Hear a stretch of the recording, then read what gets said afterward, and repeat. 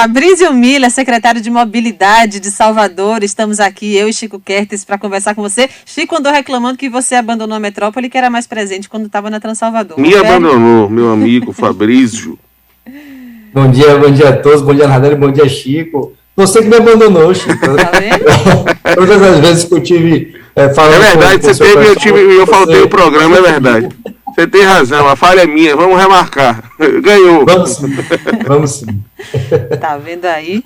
Fabrício, vamos conversar um pouquinho, algumas questões que a gente separou aqui, começando pelo aumento nos roubos coletivos. Eita, quase que não sai. Você tem percebido isso? Como é que estão essas estatísticas, os roubos dentro de ônibus? O que é que a CEMOB tem feito para tentar minimizar esse problema? Olha, desde o início do ano, Nardelli, nós tivemos uma reunião com a Secretaria de Segurança Pública, com o secretário, com o subsecretário, Hélio Jorge, discutindo ações que poderiam mitigar esse tipo de delito. Né? Foram apresentadas algumas soluções, alguns avanços até tecnológicos que poderiam ser efetuados nos sistemas que hoje existem nos ônibus. Os ônibus hoje contam com sistema de câmeras, com gravação. Essas gravações, quando tem algum tipo de delito, são enviadas para as unidades competentes da Polícia Civil, da Polícia Militar, que combatem esse tipo de crime. Né? Inclusive, mandar um abraço para o doutor João Cavadas, que é um grande amigo nosso, e hoje está à frente aí do GERC. Foi se discutido melhoria nessas imagens, melhoria nos equipamentos, uma evolução, de fato, nessas tecnologias. Nós estamos testando, inclusive aqui, ainda nem divulgamos, mas estamos testando em uma das bacias um sistema que contém inteligência artificial para que ela possa identificar, de repente, o momento do assalto e fazer um acionamento de forma automática. Então, isso a gente está em teste ainda, testando em alguns ônibus de uma das bacias. Quando a gente tiver mais avançado nesses testes, a gente pode até divulgar alguma coisa.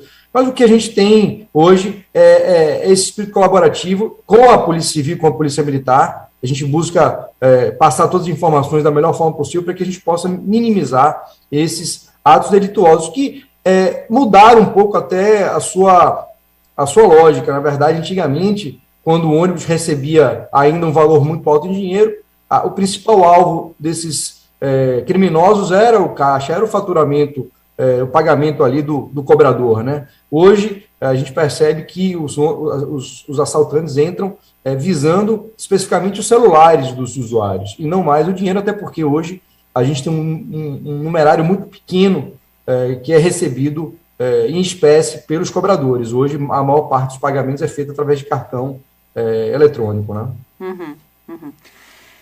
Sobre a estação Pirajá, Fabrício, a gente sabe que teve alteração de alguns pontos de embarque e desembarque por lá, e como tem um fluxo de pessoas muito grande que acessam essa estação, como é que está o entendimento do público, dos passageiros, quem trafega por ali, quem passa por ali, quem usa a estação para se locomover? Como é que está? Está muito confuso? Tem agentes lá da CEMOB, da Transalvador orientando? Como é que está isso? Sim, na verdade, isso é uma mudança até, eu diria que normal que aconteça. Ela tem o objetivo de melhorar ali a dinâmica interna da estação, né, separando um pouco linhas de maior movimento, fazendo realmente alterações nas plataformas. Então, a gente sabe que os primeiros dias vão ser mais complicados, as pessoas estão ali, muitas vezes, no automático, já vão diretamente para o ponto que estão acostumadas. Uhum. A gente fez questão de aumentar o número de pessoal lá, para que pudesse aumentar essa possibilidade de informação, mas não tenho tido nenhum tipo de problema. No primeiro dia a gente teve aí um pouco mais de pessoas ainda perdidas ali procurando a sua plataforma, mas as pessoas ao longo dos dias, quem usa a estação normalmente é aquele usuário do dia a dia, né? Dificilmente são usuários novos, então é aquele usuário que no segundo, terceiro dia ele já está acostumado e já começa a perceber até uma melhora, a gente já percebe até uma melhora na dinâmica interna da estação. Maravilha. A gente está conversando com o Fabrício Miller, secretário de Mobilidade aqui de Salvador. Fabrício, vamos falar um pouquinho sobre as bicicletas, né? Vocês têm percebido na CEMOB, talvez a Transalvador tenha se dado, mas certamente você tenha se dado também, um aumento no número de pessoas trafegando por bicicleta na cidade? E eu já quero te perguntar também com relação a isso. Esse aumento se dá para transporte mesmo, para as pessoas se locomoverem, para irem trabalhar, ou mais por esporte, por lazer? e já faço uma associação com o valor do combustível. Tá difícil andar de carro, tem mais gente andando de bicicleta na cidade? Olha, acho que é visível na cidade já há algum tempo um aumento das pessoas que estão utilizando as bicicletas, seja ela por esporte, seja por lazer, ou seja por deslocamento. Né? A depender da área que nós vamos, se a gente vai para a suburbana, se a gente vai para aquela região ali de Estela Maris, Itapuã, você vê uma quantidade muito grande de pessoas se deslocando, sobretudo naqueles horários de pico, de manhã, indo para os seus trabalhos e de tarde voltando para as suas residências. É muito, muito evidente ali que essas pessoas estão fazendo uso como meio de transporte. Olha só, a gente vem investindo ao longo desses últimos 8 anos nessa infraestrutura cicloviária da cidade. A gente tem metas ambiciosas do ponto de vista de se tornar uma cidade ciclável, uma cidade segura para o ciclista. A gente cresceu de 2013 para 2021 mais quase 300 quilômetros, a gente passou dos 300 quilômetros em linhas gerais, em quantidade total de ciclovias, ciclofaixas ou ciclorotas, porque compõe um sistema cicloviário. Eu acho que mesmo quem é oposição à nossa gestão, quem critica, sabe que a gente evoluiu muito, a gente se tornou aí talvez uma das capitais que mais evoluiu nesse sentido. Mas a gente ainda tem muito que evoluir, Nardelli, a gente ainda tem muito que melhorar, por isso, inclusive, que nós estamos preparando para fazer o lançamento em breve de uma licitação que vai contratar uma consultoria especializada para trabalhar num plano municipal cicloviário.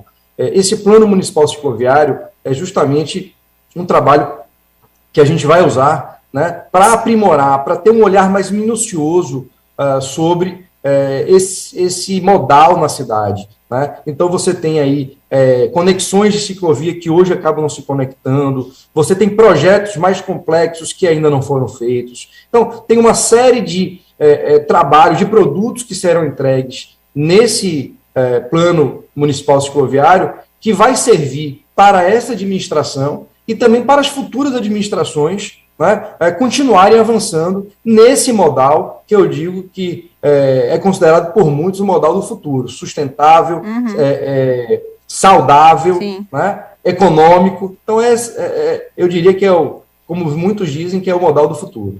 Agora, Fabrício, por exemplo, aqui em Pernambués, a gente tem uma ciclofaixa, uma ciclovia, não sei, aproveite, já me corrija, ciclovia ou ciclofaixa, mas tem muita gente que estaciona em cima dela, né? O que tem de carro trafegando por ela, ou estacionado nela, caminhão e tudo mais. Então tem um desrespeito danado. Isso se reflete em outras áreas da cidade também. Eu estou falando de Pernambués porque eu estou sempre aqui e eu vejo. Eu queria que você falasse como é que é o respeito a essas vias que são para os ciclistas, e se essas pessoas que desrespeitam, elas sofrem de fato algum tipo de punição. Nardelli, eu diria que é um processo de aculturamento, né, como tudo na vida, como foi o cinto de segurança anos atrás. A gente começou esse processo de ampliação do sistema cicloviário, né. Eu diria que até 2012, Nardelli, nós tínhamos aproximadamente 30 quilômetros, mais ou menos, 28 quilômetros na cidade, que eram normalmente ciclovias, que são segregados. Nós não tínhamos, pelo menos eu não me lembro aqui, de em 2013 nós termos ciclofaixas, que são aquelas ciclofaixas que são demarcadas no asfalto, retirando um pedaço da via para o ciclista. Tá. Que nada mais é do que equilibrar o sistema viário. Você muitas vezes tem uma via com 3, 4 faixas e não tem nenhuma faixa para o ciclista. Então a gente tira ali de 10, 12 metros de uma via, a gente tira ali 2 metros para o ciclista. Então nada mais justo do que democratizar esse espaço público. Então, isso foi sendo implementado. Claro que existiu muito, e ainda existe resistência em algumas áreas, né? As pessoas ainda valorizam o estacionamento, mas isso eu acho que é um aculturamento que, ao longo dos anos, isso vai sendo melhorado. Eu acho que as novas gerações, né, a gente pega os nossos filhos, eu tenho certeza que os nossos filhos todos aqui, o de Chico, os seus, chegam no carro, já botam um cinto de segurança, né, sem precisar pedir, já sabem que aquilo é uma obrigação. Da mesma forma que eles já sabem que aquele espaçozinho demarcado na faixa direita da via, aquela com a tinta vermelha, com o tachão, aquele espaço não é delas. Aquele espaço é da bicicleta, não é do carro. Então, eu acho que esse é um processo de aculturamento. E sim, a fiscalização é intensa, existem multas pesadas para quem circula em ciclofaixa, para quem estaciona em ciclofaixa ou ciclovia, existe fiscalização e existe multa. Agora, é claro que a gente não consegue estar em todos os locais ao mesmo tempo, mas as pessoas vão se habituando e eu acho que esse processo é um processo natural de aculturamento. Prates Bike, nosso ouvinte aqui no YouTube já diz, queremos mais fiscalização nas ciclofaixas, eu vou trabalhar de bike, e ele não continua, mas na certa estava falando que as pessoas ou usam a faixa ou estacionam nela. Tem algumas mensagens aqui, Fabrício, de ouvintes que são direcionadas a você e eu vou trazer aqui algumas. Por exemplo, Tânia Solis diz, bom dia, por que não volta a linha São Joaquim Águas Claras? O bairro de Cajazeiras e adjacências sofre com a falta de ônibus. Bom, se tratando de linhas de ônibus, acho que de forma até mais geral, eu posso dizer o seguinte. Primeiro, registrar que o sistema de transporte público ele vive a maior crise da sua história. E não é só em Salvador, é no Brasil todo. Já vinha em crise, já vinha uma perda de passageiros bastante relevante no Brasil e Salvador. E a crise, a pandemia, trouxe aí consequências muito ruins para o sistema. Não só para o sistema de ônibus, mas também para os sistemas metroviários em todo o Brasil. Aqui tivemos um problema de uma empresa que acabou saindo, quebrando, essa empresa quebrou, e a prefeitura, numa ação inédita no Brasil, Nardeste, e aí eu posso dizer que é inédita, não há precedente no Brasil, mas foi necessário para que a gente pudesse, primeiro, manter o serviço da área da Orla e da Paralela, que é uma área altamente demandada, que era ocupada pela Bacia C, pela empresa da Bacia C, que é a antiga CSN, e para garantir os empregos desses rodoviários. Nós assumimos essa operação direta. Tá? Eu procurei, pesquisei, não vi nenhum caso igual no Brasil, tanto que hoje nós estamos sendo procurados por secretários de mobilidade de outras cidades que enfrentam o mesmo problema e já vêm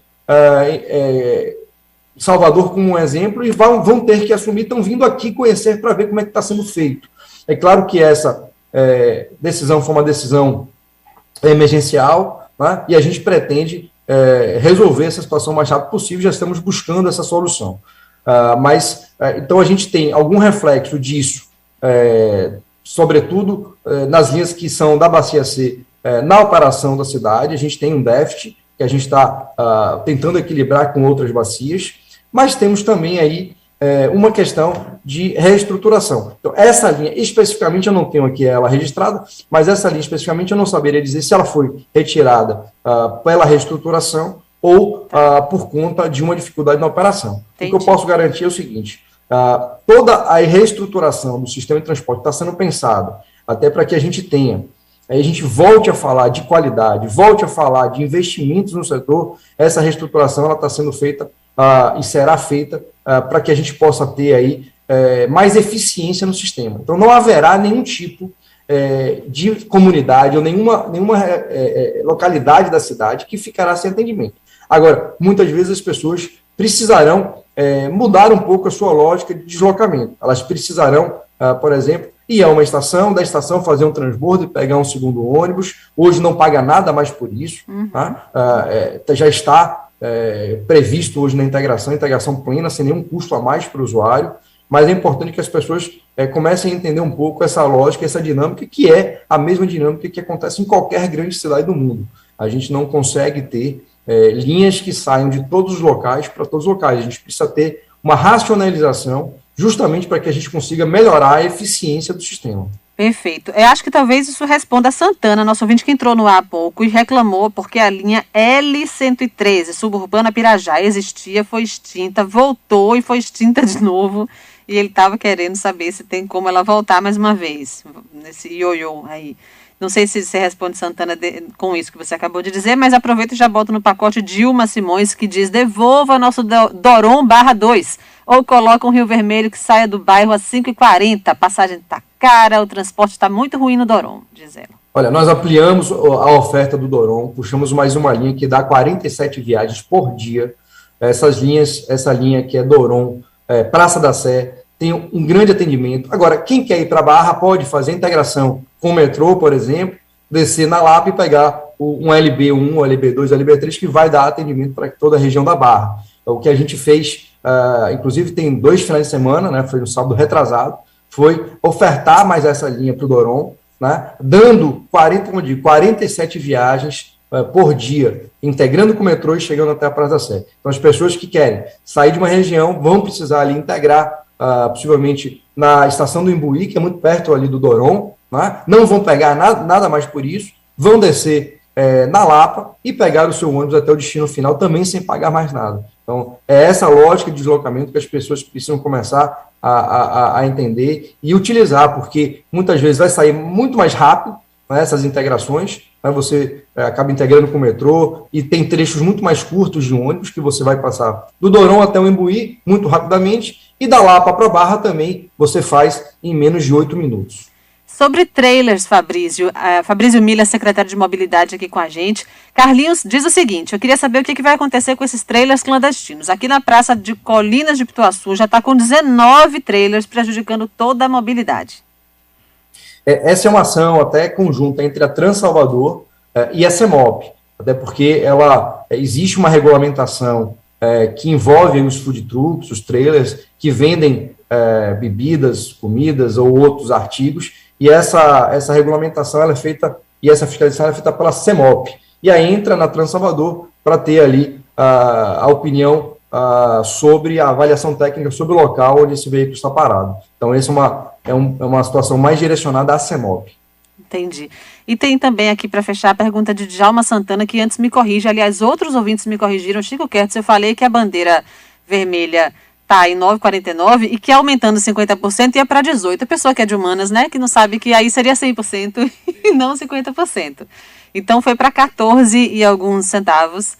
Desculpem, viu, gente, a falta de habilidade no cálculo. E Djalma pergunta o seguinte, Fabrício, vejo que cada dia Salvador tem mais ciclofaixas e ciclovias, porém os ciclistas não usam e às vezes ocupam uma ou duas faixas de vias movimentadas de Salvador. Eles podem ser multados também? É a pergunta de Djalma. Existe, no CTB, existe a previsão da infração para ciclistas que não respeitam regras que precisam ser respeitadas, mas essas notificações, tanto as notificações de ciclista quanto as de pedestre, ainda não estão regulamentadas. Então, isso dificulta um pouco esse tipo vamos dizer, de ação educacional por parte do ciclista. O que a gente vem fazendo, a Transalvador vem fazendo, o Movimento Salvador Vem de Bike vem fazendo, campanhas educativas também para os ciclistas, né? Não é porque o ciclista está ali até na ciclofaixa que ele não tem que respeitar o pedestre, por exemplo. A gente vê muitos conflitos ainda sobre isso. Mas, como eu disse, eu acho que isso tudo, Nardelli, não é uma questão de aculturamento, as pessoas, isso é muito recente na nossa cidade, né? Esse movimento é muito recente na nossa cidade. Quando a gente fala de cidades lá fora, na Europa, que já tem aí muito consolidado o transporte utilizado por bicicleta, estamos falando de 40, 50 anos na nossa frente, e eu tenho certeza que a nossa população vai cada dia mais respeitar, né, as regras e respeitar esse meio de transporte que cada vez vai ser mais usado.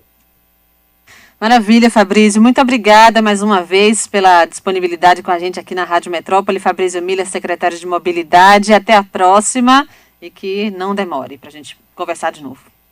Estou sempre à disposição de vocês. Obrigado, um beijo a todos e saúde.